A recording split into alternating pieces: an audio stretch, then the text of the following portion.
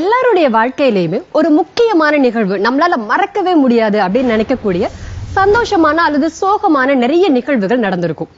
அது எல்லாமே பாத்தீங்கன்னா நம்ம மனசுல ஒரு மூலையில நிச்சயமா பதிஞ்சிருக்கும். அதனால ரொம்ப இயல்பாவே நம்ம எல்லாருமே ஒரு டைரி குறிப்பை நம்ம மனசுக்குள்ள சுமந்துகிட்டே இருப்போம். நம்மளுடைய நல்ல நிகழ்வுகள், கெட்ட நிகழ்வுகள், இது எல்லாத்தையும் சுமந்துகிட்டே இருப்போம். நம்ம வாழ்க்கையில டெய்லி பாத்தீங்கன்னா சிலர் சொல்லுவாங்க, அப்படி ஒரு விஷயம் நடந்தது, ஆனா அது என்னைக்கு நடந்ததுன்னு சரியா ஞாபகத்துக்கு வர மாட்டேங்குது. இப்படி இந்த வாசகத்தை நம்ம டெய்லி கேட்டுக்கிட்டே இருப்போம். இப்படி நாட்களை சரியா சொல்லணும்னா எதை அடிப்படையா வச்சு சொல்றது? இந்த கேள்வியினுடைய அடிப்படையில் தான் நிச்சயமா உருவானதா இருக்கும் இந்த நாட்காட்டி அப்படின்னு சொல்லக்கூடிய கேலண்டர்.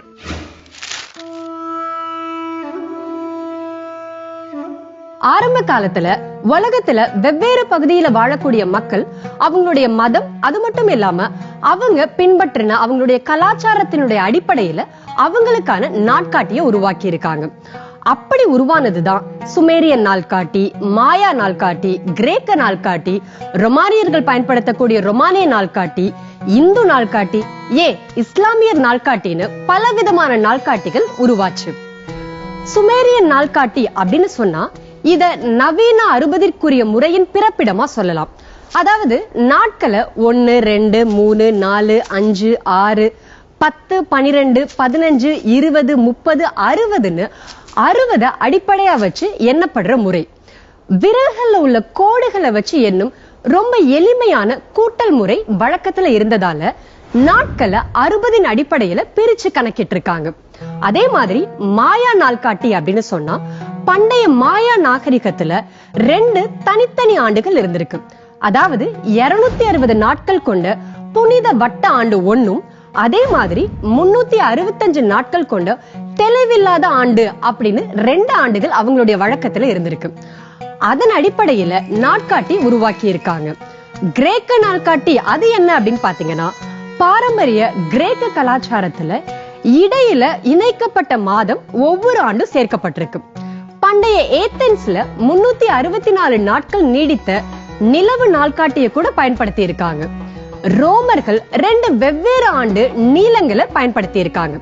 அதுல 304 நாட்கள் 10 மாதங்களா பிரித்த பழைய அமைப்பும், 365 நாட்களை 12 மாதங்களா பிரிச்ச நவீன அமைப்பும் பயன்படுத்தப்பட்டிருக்கு. இந்து நாள்காட்டி முறை அப்படிங்கிறது 1000 கிறிஸ்து பிறப்பிற்கு முன்னாடி காலகட்டங்களிலேயே பயன்பாட்டுல இருந்திருக்கு அப்படிங்கிறது பல நூல்கள்ல இருந்து நம்மளுக்கு தெரிய வருது. இஸ்லாமியர்கள் நிலா இருக்குல்ல, அதாவது சந்திரனுடைய அடிப்படையில அவங்களுக்கான நாள்காட்டி முறையை உருவாக்கி இருக்காங்க. இந்த நாட்காட்டிகளை பயன்படுத்தும் போது ஒவ்வொருத்தரும் வேறு வேறு பாதைகள்ல பயணிக்கிற மாதிரி ஒரு சிக்கல் உருவாகி இருக்கு. அப்புறம் பல்வேறு காலகட்டங்கள்ல அவங்களுடைய சூழ்நிலைக்கு ஏத்த மாதிரி நிறைய மாற்றங்கள் செஞ்சிருக்காங்க. ஆனா எல்லாராலையும் பொதுவா பயன்படுத்தக்கூடிய ஒரு நாட்காட்டி இருக்கணும் அப்படிங்கிற தேவையின் அடிப்படையில நிறைய மாறுதல்களை உருவாக்கி இன்னைக்கு உலகம் முழுக்க பயன்படுத்தக்கூடிய வகையில ஒரு பொதுவான நாள்காட்டி உருவானது. இன்னைக்கு சர்வதேச அளவுல ரொம்ப பரவலா பயன்படுத்தப்படுற இந்த சிவில் கேலண்டர் என்ன அப்படின்னு பாத்தீங்கன்னா, கிரிகோரியன் நாள்காட்டி. போப் கிரிகோரி அப்படிங்கிறவரால 1582ஆம் ஆண்டு இது அறிமுகப்படுத்தப்பட்டிருக்கு. அதுக்கு முன்னாடி பயன்பாட்டுல இருந்த ஜூலியன் நாள்காட்டிய அப்படியே கொஞ்சம் மேம்படுத்தி கொஞ்சம் திருத்தங்கள்லாம் பண்ணி இதுக்கு ஒரு புது வடிவம் கொடுத்திருக்காங்க. சூரியன் மற்றும் சந்திரன் ஒரு முறை சுத்தி வர எடுத்துக்கொள்ற காலத்தை கணக்கிட்டு அதோட அடிப்படையில ஆண்டுகளையும் மாதங்களையும் வரையறுத்திருக்காங்க. நம்ம வாழக்கூடிய பூமி பந்து சூரியனை ஒரு முறை சுத்தி வர எடுத்துக்கிற காலம் எவ்வளவு அப்படின்னா 365 நாட்கள் 5 மணி நேரம் 46 வினாடிகள் வரைக்கும்.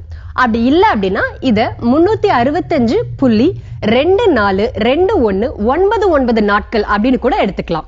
நம்மளுடைய சந்திரன், அதாவது நிலா பூமிய ஒரு முறை சுத்தி வர்றதுக்கு எடுத்துக்கிற காலம் 29.53 நாட்கள் அப்படின்னு கணக்கிடப்படுது. இதன் அடிப்படையில தான் ஒரு மாதம் அப்படிங்கிறதுக்கு 30 நாட்கள் அப்படின்னும் ஒரு ஆண்டுக்கு 12 மாதங்கள் அப்படின்னு பிரிச்சு வச்சிருக்காங்க. சூரியன் மற்றும் நிலவினுடைய சுழற்சி எப்பவுமே ஒரே மாதிரி இருக்கிறது இல்ல. ஒவ்வொரு வருஷமும் அதனுடைய கால அளவுல பாத்தீங்கன்னா சின்ன சின்ன வித்தியாசங்கள் ஏற்பட்டு இருக்கு. அதனால அதை சரி செய்யறதுக்கு ஒரு வழிமுறையை கண்டுபிடிச்சாங்க. அது என்ன அப்படின்னா, ஒரு மாதம் விட்டு ஒரு மாதம் 31 நாட்களா கூட்டி கணக்கிட்டாங்க.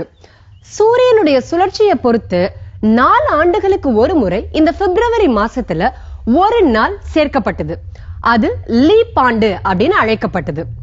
சந்திரனுடைய சுழற்சிக்கான காலமும் அதுக்கு ஏத்த மாதிரி கொஞ்சம் கூட்டியோ குறைச்சோ மாத்தி மாத்தி வச்சுக்கிட்டாங்க. மாதங்களுக்கு எப்படி பெயர் வந்திருக்கும் அப்படிங்கறத இப்ப பார்க்கலாம். ஜனவரி, ஜானஸ், தொடக்கங்களின் கடவுள், நம்மளுடைய முதல் மாதம். பிப்ரவரி, பிப்ருவா, சுத்திகரிப்பின் கடவுள் அப்படின்னு சொல்றாங்க. மார்ச், மாஸ், செவ்வாய்க்கான மாதம் அப்படின்னு சொல்றாங்க.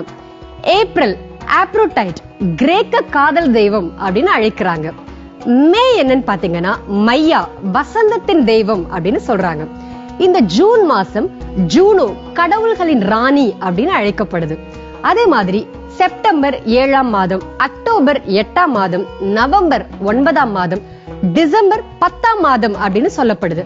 ஆனா இன்னைக்கு இருக்கக்கூடிய வழக்கத்துல டிசம்பர் 12வது மாசமா தானே இருக்கு.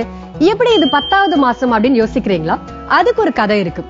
இடையில ஜூலியஸ் சீசர் மற்றும் அகஸ்டஸ் சீசர் இவங்க என்ன பண்ணிருக்காங்க அப்படின்னா, முறையே ஜூலை மற்றும் ஆகஸ்ட் மாதங்களை இடையில இணைச்சிருக்காங்க. அதனால செப்டம்பர், அக்டோபர், நவம்பர், அது மட்டும் இல்லாம டிசம்பர் மாதங்கள் அப்படியே அடுத்தடுத்து தள்ளி வைக்கப்பட்டிருக்கு. அதனால டிசம்பர் இப்போ 12வது மாதம் ஆயிடுச்சு. இதுவே தற்போதைய வழக்கத்துல இருக்கக்கூடிய நாட்காட்டி முறை. நாட்காட்டியிலிருந்து தினம் தினம் ஒரு தாளை கிழிச்சு போட்டுட்டு நாம அடுத்த வேலையை செய்ய போயிடுறோம்.